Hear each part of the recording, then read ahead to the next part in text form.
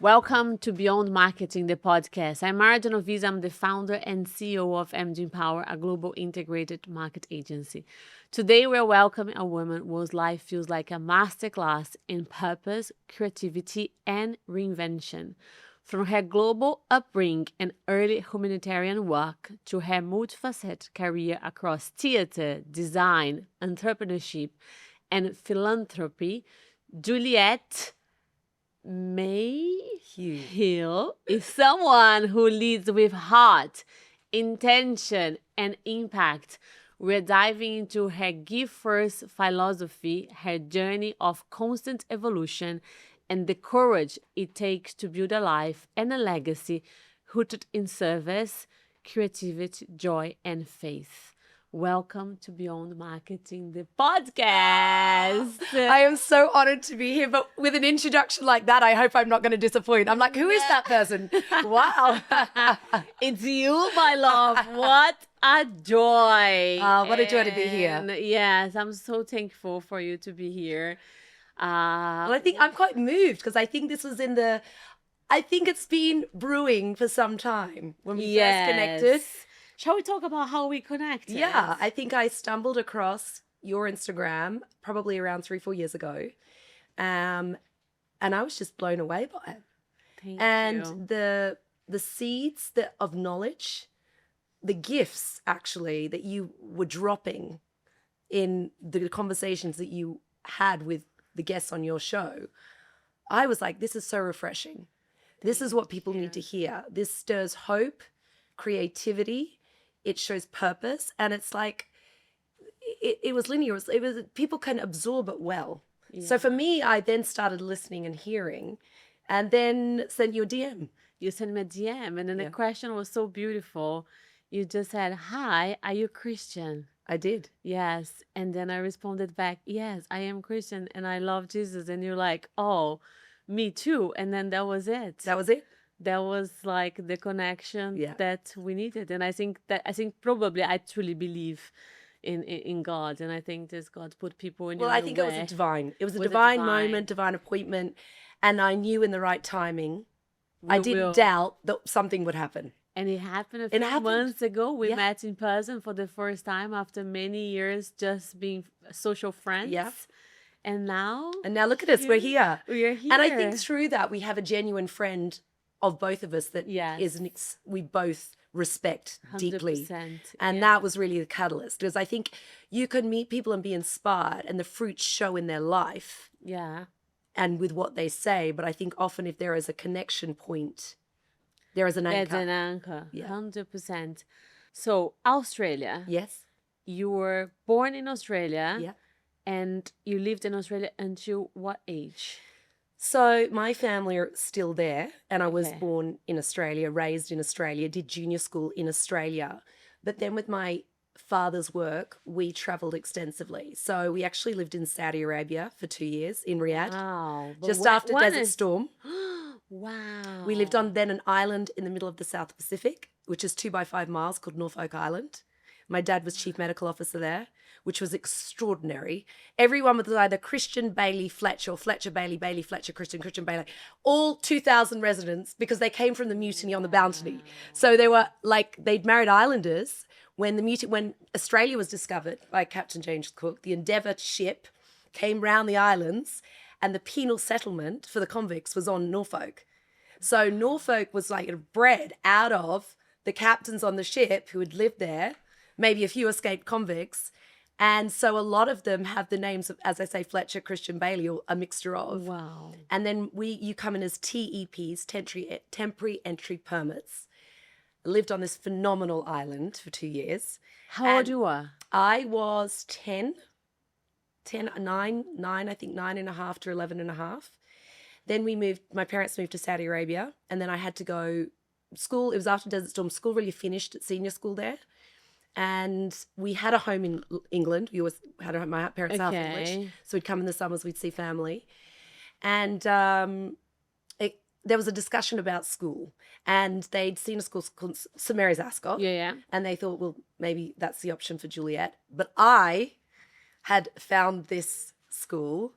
And in Tring, Tring. Hertfordshire. Okay. And it was a Yehuda Menu, an accredited music school. It was started by Dame Alicia Markova. Jane Seymour was there. Lady Diana went for a season. Wow. Old Rothschild Mansion in the middle of this amazing acreage. Wow. The ballroom is where you do your ballet And classes. you found that school. I found it. I'd done a drama course in the summer. All I wanted to do was perform an act. And I'd done a drama school. I met this fabulous girl with the name Emily Ovington. And I thought, oh, who has a stage name like that? What is, and my former name was Juliet Panda. I was like, that is just not a good stage name. Now I've got Juliet Mayhew, so we'll stick with that. But I remember thinking, and she told me every day about this amazing school she was at. And I was 11 and a half, nearly 12, and I just couldn't imagine that there was a place that you could sing and dance and tap dance and perform and create and do art every single day of your life. So I'd never been trained, and I had to learn a audition piece and a song. And do you remember the song? Yes, it was from Annie. Can you sing? Annie, Annie, Annie, look what you've done to us, Annie, Annie, Annie. I mean, I could do the whole audition again probably. And I remember I had no training, so it was clearly potential. Wow, clearly potential. Clearly potential. And so I started this life. My parents got back on it. I'd flown and we'd spend the Christmas I got in, couldn't believe it. We'd spend I believe it. We spent Christmas in Thailand. I had my huge trunk. We had to go to Savile Row to buy all my uniform. Wow. And it was all put in a trunk. And they literally dropped me at the front steps. They had to go back to Heathrow to catch a flight back to Australia, to go to Australia to move to Saudi Arabia. So it was like a whole thing going on. Oh, my Lord. And I remember, you're 12 years old. Yeah, and I remember just waving. And then my life began. And in those days, it was faxes. So you send faxes or the air. Do you remember the air envelopes you unwrap? Yes. And if you missed the side, you'd miss half the words. Okay. So my mother would send one once a week and a fax. And, you'd have a phone card. And you'd kind of you'd go click, click, click to Australia, or click, click, click, click to Saudi Arabia. And my life began there. And I love that your parents is kind of like, they let you to do it at 12 years old. Because if Antonio, my son, is 11, if he asks me this next year, can I wave and say goodbye and go, I'm probably going to say no. I think they knew in me they had a different child. Which is, I love it. Yeah. Yeah. Do you know what? They celebrated my uniqueness. I have to give them that. Yeah. But equally, my father did actually train professionally as a musician. Okay. He was from a family of 8. His father was a missionary in Argentina. 8 children. 8 children. Yeah, wow. amazing. Amazing. A lot of the boys became vicars. His sisters married vicars. Okay. He became a doctor. His other brother was a professor of English, set up the Oxford Schools of English in Italy. And the other brother became a vicar and was canon actually of Liverpool in this country. Wow. And they all lived. Then one went to Canada, America, Australia. I mean, we spread the globe. 36 cousins, 56 second cousins. Wow. It's a real legacy. Real legacy. Yeah. And they're still in Australia? And all around the world, but my family, your family, all in Australia. In Australia. Yeah. And then, like, your father, as you're saying, he did a lot of humanitarian work, and he still does it? He still. Okay. 81. 81 and he's working and he loves it. And you know what? I thank God he's working because his brain he's so smart. Yeah. If he's not stimulated, he'd be an absolute nightmare for all of us, including my mother. And then, like, what is like... He's the kind of guy that wrote a book on his holiday to the North Pole. Wow. I mean, that's how he spends his time off. So wow. So he's non-stop. But like, probably you got that from the him. energy, probably. Yes, yes. the energy from him. Yeah. So, but like until 12 years old, you're living with your parents, traveling the world, and then following your father, and then seeing his work that he was doing as a medical service and a humanitarian. What do you think from that period of your life made you to be who you are today? Like the lessons of that period, because it looks like your parents are amazing and the work that they do. I'm exceptionally blessed to have been brought up with the parents. I'll get emotional. But my holidays, for instance, at boarding school, you're living this life in this stunning Rothschild mansion. You're wearing white gloves and a boater. You're curtsying. You're dancing to classical music every day. You're learning theatre and literature and all these wonderful things that happen at Tring. It was like a fairy tale. And then in my half term or my holidays, my father would say, do you want to come and meet me in Thailand? So cute. And I would accompany him on the mission trips. And we would travel to northern Thailand, Burma, at the time, Myanmar, Wow. in the middle of a civil war, and you would see absolute abject poverty, but not only poverty, persecution, and it's a war zone. So they would be going cross-border to where the NGOs couldn't go to take their teams. Hence the fact it would be half a day schlepping through the foothills of the Himalayas. So my father could then take the team in to do operations, emergency operations. I mean, there were bombs falling overhead. We were with the president. We used to stay with the president and the General Bamir, the head of the army. We would go in. They were so grateful to have medical aid. And because of Dad being a top tropical medicine doctor, he had the knowledge and he was fearless. Wow. He felt led by God, so there was no fear. He wasn't putting us at risk. He wanted us to experience this. So how then that translated for me to come back, a juxtaposition of the life I was being prepared to live was huge. I always joke, I'm like, my parents was going around the world saving lives and I was trained to entertain lives. But God has created us in a unique way for all our separate purposes. 100%. And I think that gave me a deep sense of compassion for knowing the story behind the story. Also acceptance. Difference is good. Yeah. Difference isn't something to be scared of. I literally have chili with every single thing I eat because I spent so much time in the jungle eating rice and chili. Wow. And I love that. And it's formed me who I am. I mean, I actually set up a company in Thailand. I had a luxury leather goods company in a factory in Bangkok, first Ramatu, then Suranapong. And because I love the people so much. In fact, there's so much of my heart still in Asia.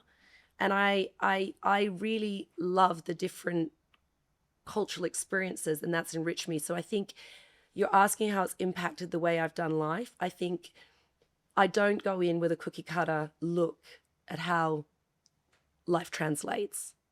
This is beautiful. And I think there's so much in what a person can give out of their experience. And I think seeing the survivors that came out of what's been an ongoing civil war for many, many years, they taught me more than I could ever teach them. No, I just don't have any doubt about it. And then what I love about you is just because you build that incredible life where it's multifaceted, right? So you're an entrepreneur, you're still doing your philanthropic work, and then you did end up at West End, right? Yeah. For how long you performed West So End? my first professional job, I was 16 actually. Wow. I was still at school, but back in the day, there was a TV program in Australia called Home and Away. They had Neighbours and Home and Away. Okay. And Emily Simmons was supposed to be Cinderella. But I'd been working with the director at the school who'd come to do guest classes. And I got into it's called National Youth. There's National Youth Theatre and National Youth Music Theatre. And in the summers, I'd been touring. Like Jude Law started in National Youth Theatre. It's something you audition for. Some of the best performers in the UK would do it. So this director had been working with us. He was in school one day doing doing master classes. And he approached me, and I think because of being Australian, and I'm flattered he thought there was some similarity to Emily Simmons because she was fantastic. So you end up being the Cinderella. He said she's late, she can't start. Could you open and start the show and learn it, and I'll direct you in. So I had to get permission from my headmistress. And my sister at the time was studying at SOAS University in London, so I had a flat. She was here in London. And I started rehearsing at Sadler's Wells. And the next thing I know, we opened Cinderella. And then you were the Cinderella. Then she came and took over for the rest of the run. But you did the first Cinderella. And I'll never forget, because at the time, the lead was Buddy Holly on the West End. And he was, I've forgotten his name, but he was a huge star. And he was Prince Charming. And I quickly read down the bottom of the script says, Prince Charming now kisses Cinderella. And I'm like, oh my God. I've never done it on stage. Kiss, what do I do? Is there tongues? Is there not tongues? I was so green, but I had to pretend I was so grown up and such a professional. And it was so... And what did you do with the kiss? There was tongue or no tongue? Well, it was so uncouth now. It'd be so illegal. We'd all be arrested. But in those days, they saw this cute blood, and I'll never forget, he grabbed me and he just threw me over and he slapped one away and then picked me up again. And the director, the cast, they all burst out laughing because they knew, and I went, you were not supposed to do that. And he went, yeah, but it was really nice. Oh my God. That is and that's what I think I'm loving about you, because you're telling me about your upbringing, the experience you had with your family, especially with your father, and then start your new job when you were 16. Well, I went back and finished my education. Yes. But I had started, and I think National Youth Music Theatre, that experience in itself, you train up as a professional very quickly because you're performing at the Edinburgh Festival. do you think like you're very grounded? It feels like you're very Very grounded. You're only as good as your last job as an actor. Yes, exactly. You're very grounded, Yeah. and you have achieved so much Thank you. yourself as a career. Again, doing so many different things, and still very grounded. And Well, do you think that experience, like as you said, like global experience and living in the middle of a war, it taught you that doesn't matter how much you achieve in life, you still need to be grounded and remember where you're coming Absolutely. from. So because it's not Absolutely. everyone that will be at your position today, but still be so grounded and with this big heart and big energy. And I know like generosity for you, it's a must in your Yeah. life, the giving back. Yeah. Look, I think that in life, especially in the life that I've experienced, is that I'm so grateful. And you know, life's a vapor. Is a vapor. And it oh can be my gone. God, this can be gone like in a second. And I think that I've seen a lot. You know, I can't talk of the horrific things that I saw when I was. You know, still in have Northern memory, Burma. so you remember. And I think that makes you treasure every moment, every day, and every relationship that you can in as much capacity as you can. I think I've had to also learn a lot of resilience. I actually find it quite emotional and difficult with my close family, not seeing them all the time. And I had to Okay. kind of build up a resilience with almost knowing that they're there, but, you know, not seeing them so frequently was not normal, living 12,500 miles. Yes. So you have to learn in your own capacity to work out how to survive. And I think I really leaned on heaven for that and knew that, you know, I have an external family with regards to friends. You build up a family in that you sense. build on a family, yeah. You choose your friendships and the people that you're accountable to. I had some great mentors. And I think that has made a big difference in my life. People that I admired, Yeah. people that I looked up to, people that had done very, very well in life, who sewed back into my life. And I think simply because they saw in me, my questions were not just at the peripheral, my questions wanted to go deeper. I wanted to be stretched. And I think that is probably because when you've been exposed to a lot, I think your expectations are higher. It's so true. It's so true. And that connection with heaven and faith and God, it came when you were at that phase of your life, or is something that is always being part of our life? How did you learn to be faithful? How did you learn to trust in a God and giving and surrendering your life to Him? Well, I think, very early on, Yeah. I had a deep sense of who Jesus was. I'd seen miracles and I'd seen prayer and power in action. Wow. So there was definitely an experience that I knew was to be truthful. What I needed to understand was, because I'd come from this faith-filled home, I needed to find it for myself. Because I think, you know, especially in the world that I was trained up in, the entertainment world, it's godless. So I didn't know how it correlated. And I didn't want to be odd. Because at some point I thought maybe I'm odd. Because my brain thinks differently and my approach is different. And it's such a nasty dog-eat-dog world. And I was celebrating everyone's wins while they were, you know, attacking the win. Because I'm the competition. And so I just didn't, it wasn't like, I was going against the grain. Yes. But then I realized, you know, the revelation that I had is I knew who I was born in the image of Christ and He wants the best for me. Yeah. And He set me apart for a reason. So I'm never going to beat to the same drum. No, you never. And I think that confidence came in my own maturity, my failures, my disappointments, my heartbreaks, and seeing God heal me through those moments and the gifts from heaven. Like, I have had so many miracles happen in my life. I love that. And I don't know how I could ever deny that Jesus is my savior with the amount of gifts I've been given. Exactly. That is not from my own worth.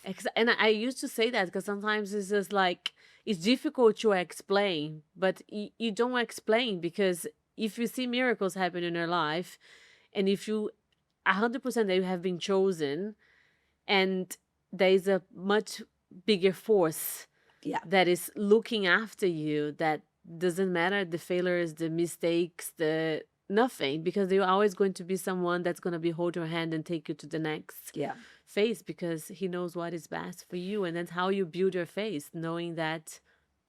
Well, I think as well, on the way over actually in the car, I was thinking about Walt Disney at Disneyland has a dream center. Yeah. And he would have a group of people just to dream up new concepts. And I remember reading this years ago and thinking that is just extraordinary, because I really know that your dreams come from heaven. Yeah. And how big can you dream? You can't outdo God. You can't. It's that verse in the Bible, I can do exceedingly abundantly more than you could ever hope, dream, and imagine. Well, I mean, if my dreams are this big, imagine how big it is. God's dreams are for dream, me. yeah. So my bar may be here, but his bar is here. is his And bar. I'm thinking on this level and he's thinking on this level. So for me, I think you never can stop dreaming. You can never not Never have stop high dreaming. expectations. Bring your best self. Come expectant. And I think that's what God's never let me down. It's beautiful. I get chills because I just like, this is a big testimony. And then we need to have more people like you that talk about it, because it's not everyone that is feel the it's empowered to talk about Yeah. so naturally and without caring about what other people would say. I think that we're in a time now in the world where there is just so much conflict, so much division, conflict. pain, loneliness, hurt. But we have a young generation of people who are seeking truth, and they are critical thinkers. And when you're a critical thinker, you need to weigh up the yin and the yang, the black and the white. You need to see clearly. Yeah. And I think we've got to start just giving seeds of truth. And there's nothing more than the seeds of truth that comes from the truth. It's The so word of true. God. This is And it's so clear. Beautiful. It is so And clear. there's an answer for everything, whether it's in business, whether it's in relationships, whether it's in parenting. It's all in the word of God. It's all in the word of God. And then, like, you talk about failures and mistakes. How do you deal with, your failures and your mistakes? Is this something that you see as a work in progress for you to be better? Listen, we are all a work in progress. Yeah. And I thank God I'm a work in progress. And I thank God I'm learning every day. I see failures as actually a good thing, because I think it molds us and builds our character. And I think if you go through life not admitting to failure or wrongdoings or things that you've messed up and not able to, acknowledge it, ask for forgiveness or forgive yourself on it, you're not moving forward. So true. So I think there are many times I'm human. We're all going to let human. people down, We right? will, yeah, And I think 100%. my expectations, I think that I put on other people, that if I put too high they're going to let me down, and I'm going to have disappointment.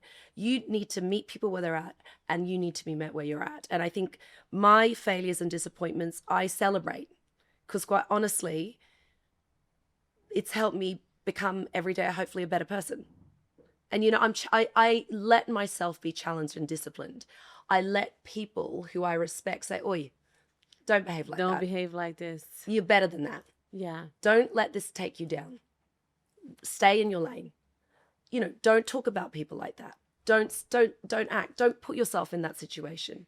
Think about what you're listening to. Think about the music. Think about what you're reading, what you're being exposed to. How is it feeding your spirit and your soul? And your soul. And I've Beautiful. put people in place that have the authority over me to say that. And I'll go to them and say, what do you think? And sometimes I don't like what they're going to say. And it's just so tough. And I'll argue with them. But they're Yes. always right. Exactly. And often it's my father and my mother. And they are such prayerful warriors. So you still go back to them Yes. when you need advice. Yeah, I'm desperate to go home. I'm missing them so much. Obviously they're my family, yeah. but it's been harder as the children got older, because their school is so crucial. Yes. A-levels, GCSEs. Yeah. It's a long way. It's a long way. But my father gets planes like buses, so it's really only 24 hours. There's a sleep in there. It's like Brazil. And talk about you, like, because then you have this whole personality around you, right? Which is like, one of them is your styling, your statement pieces. It's just like, how this become part of who you are, like, because you're dressed amazingly, Thank you. stunningly well. Thank you. You're always with some very unique, pieces that it just really translates of that light and energy Thank you. and pure heart that you are. So was this is something that is always been very natural for you, like the fashion, your statement pieces, the way you show up, or is something that it developed as you were growing up and then you're feeling more confident about yourself? I can hear my mother laughing at the moment because she would say, even at 3 years old, I would be telling my father, Daddy, you can't wear that tie with that shirt. Oh, so And I would be picking things out. But I think as a creative, because I did study, look, I studied obviously all of the creative, performance side of things. Yeah. But I also studied art, textiles, ceramics, fashion. At school, I did, learn all of those things. And I loved it. It was part of my A-level piece that we did because I was in such a creative school. We had the ability to do all of those things, which correlates with, floral arrangement, setting a table. It's the things that I love. It's creating a space and making it beautiful. So for me, I've always loved clothes. I mean, when I do a babysitting job, I would save up my money to buy Ken Doan. That's a big Australian designer. And Ken Doan was my favorite. And they were not cheap pieces. And my mother would be like, she's all this baby. I just would save up to get this one outfit that I just wanted. Or this one, now I would suppose it would be like Zimmerman. But back in the day, it was Ken Doan. It was those pieces, that were not cheap, but it was a statement piece. And I think, I have my own style completely. You have, which isn't, and nowadays is so unique because more and more with social media, we all became the same. I mean, the same in terms of styling. Like what's in trend, we all wear the same thing. Because the social media is influencing a lot. You must have this shoes. You must have this jacket. This color code. And then you feel like, oh, if that's the trend, I need to go to that direction because everyone is that direction. That's the trend. But with you, you can see that no matter what the trend is saying, no matter what social media is saying, TikTok, Instagram, you are very you sticking with who you are. And this is amazing. Thank you. It's just stunning. I have to be honest with myself. Yeah. And it's tricky when you have people and they bring things and they would like to style you. And I've got a very distinct style. Yeah. And, and it doesn't collate because I've got to be honest with myself. 100%. I know what I'm going to feel comfortable in and what I'm not going to be comfortable in. But I think it's part of being, the performer. I mean, this isn't the persona. This is something that I am. Yeah. I'm authentic through and through. So, sometimes you'll just see me in my gym kit. I will be having a gym kit day. Because you are very into wellness, right? Yeah, I love going to that. I work 5 days a week. So Pilates, weights. What is your routine? You're someone that is very do you stick with your routine? So what is your routine? What time do you wake up? I usually get up between 5:30 and 6:30, depending on the day of the late. And because I want time to pray and with God, to have my personal moment, reflection, have a coffee, and have that. I then basically go straight to work out. I have my early classes and I love it, and I do a lot of weights. Okay. And I do Pilates. And then I start my day, pretty much. So that can look very different on very many days. Like today I came straight from the gym, straight back, started notes for this. I actually wrote something for a radio program as well. So it was all done before, signed off before 10 a.m. Amazing. But I've got to, because there's so much happening in my world. And I love being social. You're very disciplined. I've got to be disciplined. I'm not so disciplined at going to bed. I've got to be honest. So I tend to burn the candles at both ends. The problem is now, makeup doesn't cover all the sins. Yeah, it's so true. You start looking at it's getting to the point where all those tricks aren't going to work. That is not going to work. Even the eyes, nothing is going to work. And I keep saying, you need more sleep, Juliet. Yes, you need more sleep. But then my brain is going 100 miles an hour. And then one thing about you talk a lot about generosity, right? Giving it back. Is this something how do you work with, on your business, how you're mentoring people and how you're using that generosity to give it back, everything that you have learned, everything that you have achieved to help others, which feels like it's very much following the path of your father? Yeah. Look, I think it's been in my DNA. We've been raised that way. I mean, I remember from the earliest age that my mother would always have on Sunday open house. So we could have 100 people at the house, 50 people at the house, but people who should say, oh, we've met this lady's on her own, or I've just met this person, they need to come. And then she would bring it home. They would have the swimming pool. Wow. They would have a huge barbecue. All the friends would come. They'd bring a dish, and they would always. And my dad would get on the piano, it'd be a concert and singing, and the music would be playing because he's so musical. Beautiful. And he'd say, "Oh, even Christmas time, let's sing some Christmas carols." They go, "Come on, Juliet, you sing." It was like it was like Swiss Family Robinson. It was like wow. And a lot of I always had that. We had people staying, or we'd have lots of guests staying. There was always his structured, I think Tuesday night is he'd bring all the partners from the office home and they would all have dinner with us. And then Sundays it would be, you know, barbecues and on Saturday we go on the boat and we bring people on the boat and we do paragliding or water You're always skiing. being surrounded By a lot of lots people, lots of hospitality, embracing people and bringing it in. So it was a natural for me. And I think that's a lot to do with the Australian culture as well. Yeah. And obviously we had the resource to do it. I mean, people may not have resource to do it, but saying that, it didn't have to be flash. Yeah, you just no, bring no, what no, you have yeah, and you exactly, just get yeah.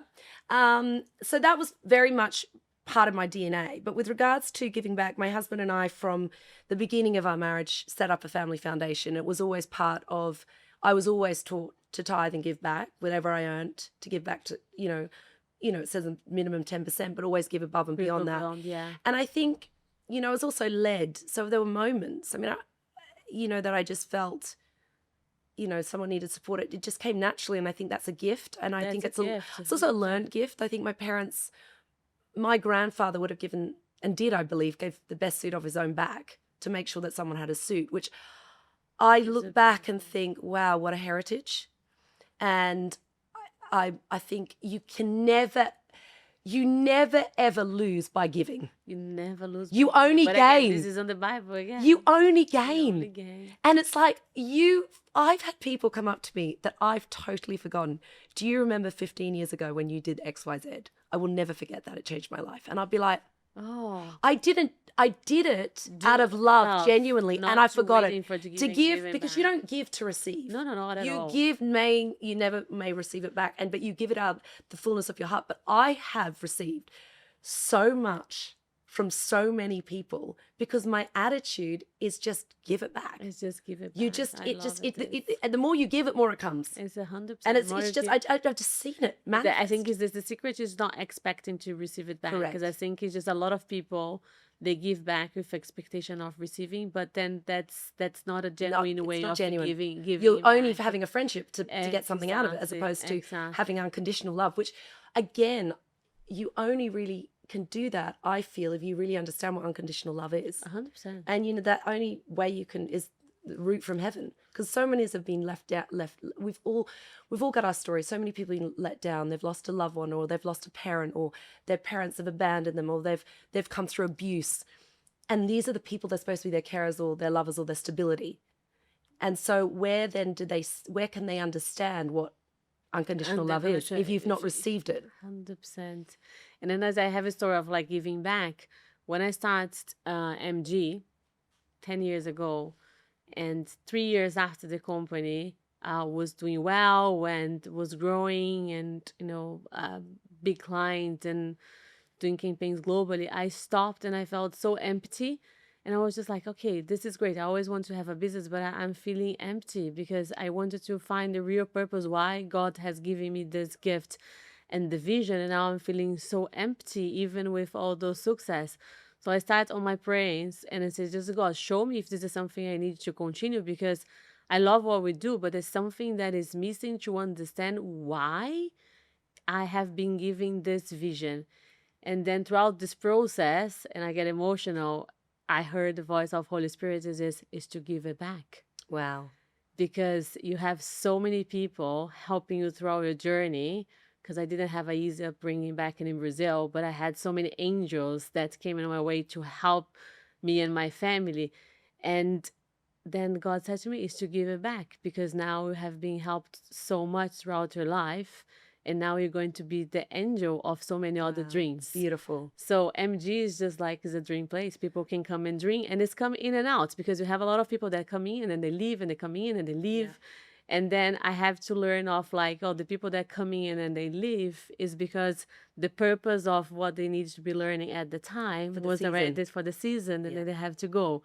But when you get the clarity of the purpose of your life, and the giving back for me is just like I think fundamentally part of my life. But it's also it's very clear when much is given, much is to be expected. Exactly. So you can't hoard it, actually. You can't hoard it, because God can't bless that. No. And I think through that, and that's when I said we set up our family foundation. My husband made a very clear pact with God, and we in our marriage, that everything that we would earn, a significant amount would go back to the work of the foundation. I think that's been a motivation, actually, because you can Yeah. get fulfillment out of the work that you do and love it. But equally, the fulfillment comes when you're impacting other people's Oh my lives God, it's and just, empowering them yeah, for change. it's just the best thing. It's just like it's just so empowering, and it's make waking up in the morning so much of a joy. Let's Well, say. yeah, because you're not thinking about you. You've got a No. responsibility to impact others. Oh my God! So the Don't cog tell me stops for about you. it. But it's good because, depression, if you look at people who have depression, or if someone's suffering with depression, one of the things you can do, a practical step, is get them to go and work in a homeless shelter, or do a practical job and make cookies to take to the neighbors. Because the second you take the navel gazing off, and I'm not saying that people with depression navel gazing, but the second you're isolated with the problem here, you can't see anything above it. But the second you put your focus on others in need, you start lifting your head and you start seeing maybe there is a way through. Maybe I can get through this step by step. But it gives them a sense of purpose. It gives them a routine. It gives them something that they can stop taking off the pressure of where they're at in their own sorrow. Sorrow. Yeah. That's beautiful. I never thought this way. So it's an interesting way of helping others, because there's a lot of people that are suffering from depression. Yeah. And the anxiety today is heightened. We're exposed to so much. Do we look good enough? Do we have enough? Do we perform enough? Are we making enough? The government's doing this. The world's changing. They're consumed in that place. And how is Juliet mother? How's my mother? No, how is you as a mother? How am I as a mother? Gosh, I have to consult my children. Because you're all of this powerhouse, beautiful soul, and then you're also a mother. I'm quite, I said my mother was a very practical mother. Do you think you're a practical mother too? I think I'm quite a practical, but they may say I'm a bit tough sometimes, but tough love. I think I'm expectant of my children because they've been given so much. But I'm an encourager, and they blow me away. I mean, they are way more talented than I could ever have been. Like I am. I mean, I've got this much of the talent they have. And in their own lanes, they're exploding. And I think the most important thing for me as a mother, if I've trained them up, I want them to have a relationship with Jesus Christ, know who they are. Because if they know whose they are and who they are, the rest will follow. Yes. So that's my most important thing. And the second thing is for them to be good people that are confident and build relationship with others. We're built for relationship and community. Isolated people, it's tough. Lonely people, it's tough. And I think, again, once you have a community of people, you learn. You absorb. And I think you become far more creative. And I think they're both creatives, my children. They're both creative. How old are they now? 18 and 16. 18 and 16. Yeah. Wow. And your husband and you, is your do you think he's like your soulmate? Yes. Of course. Soulmate, not the soulmate's not the word, like that partnership. Because looks like I follow you. Oh, we are so media. Different. He is the best one to have. He's the yin to my yang. Exactly. Like sometimes I see picture of you both as I haven't met him, but I can see that he's my rock. Yes, it's a very different. He's like even keel, and I'm.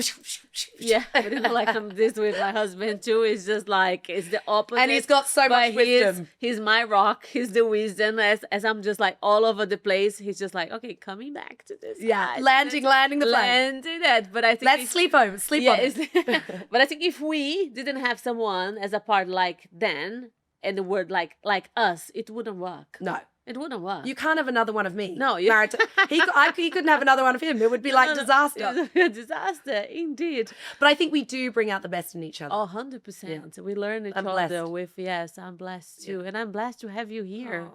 It's just what an astonishing, story of life and a love for Jesus and this powerhouse of women that you are, because maybe you don't have that, you probably have that conscious, but not as the level of how you are impacting and inspiring so many people with. Thank you. I'm like this show when people say, oh my gosh, I get so overwhelmed because, I'm so overwhelmed to meet them and to be grateful that they've given me that opportunity. And so thank you for saying that, because I think I just want to be faithful in what I've been given. And if it can make a bit of change and bring light to someone in the darkness, then my job is done. I think just to being yourself, you're already bringing a lot of light to a lot of people, because the way you speak and how open you are about the things that you believe, and most importantly, to be very open about your upbringing and what the upbringing brought you to where you are today and the lessons. Yeah. And be a woman nowadays, we know how it's not easy to be a woman and to be empowered to conquer, to work, and to succeed, right? Because we are trying, still like finding our place. And then it's us being to where we are today is a huge responsibility for us to empower other women and say, it is possible. Yeah. You can do it. And I think you are doing this with so many women out there. Thank you. And then, as are you. And we would try, because I think God gives us the gift, right? As you said. And then like what we need to do with this gift. And I think it's a responsibility we have. Children, young people need navigators, and we have to help navigate with the gifts that we've learned and the faith journey that we're on. We're called to encourage one another. 100%. You know, journey on your own is a lot harder than taking the hands of others and encouraging each other on. 100%. That's what I think is the meaning of life, right? Yeah. It's just like being surrounded by people that you can learn from, but also they can learn from you. Yeah. And just like understanding that we are here for a big purpose that only God knows. And you have to believe in Him and just follow through and be grateful every single day. Absolutely. My love. Through mistakes and all. Exactly. Which, by the way, a little plug, I've just written a song, actually. Did you? Yeah, with my brother, and we've just recorded, but it's called Mistakes and All. It's actually about God's redemption. Can you sing a little bit? No? No, I'll let you play. Just wait and see. Can we use on the teaser of the podcast? Oh, we might be able to, actually. That would be amazing. That would be fun. That would be fun. When are you planning to release? Well, the video is being shot at the moment. So you already shot the video. Okay, that's very exciting. It's been recorded, so yeah. I love that. And it's gospel. Oh, it's even more beautiful. Yeah. Yes. My love, what a pleasure to have you here. Thank you so much. I know you're busy doing so many things, and then having, the time to come and see us and be part of the podcast is just like, what an inspiring episode, guys. If you're listening us at home, I am sure that you are just like, can she continue to talk? Maybe we can do a episode 2, because it's just like how much wisdom and learning we can have for this like wonderful powerhouse that's Juliet. It's just like so incredible. Much. Thank you. So if you're not following us yet, please make sure you do on Spotify, YouTube, Amazon Podcast, and Apple Podcast. And now we have our own Instagram account, Beyond Marketing Podcast, where you can see all the news, all the teasers of the guests, and following us there too. Juliet, thank you so much again. What a pleasure. Thank you. Thank you so much. Oh. Thank you.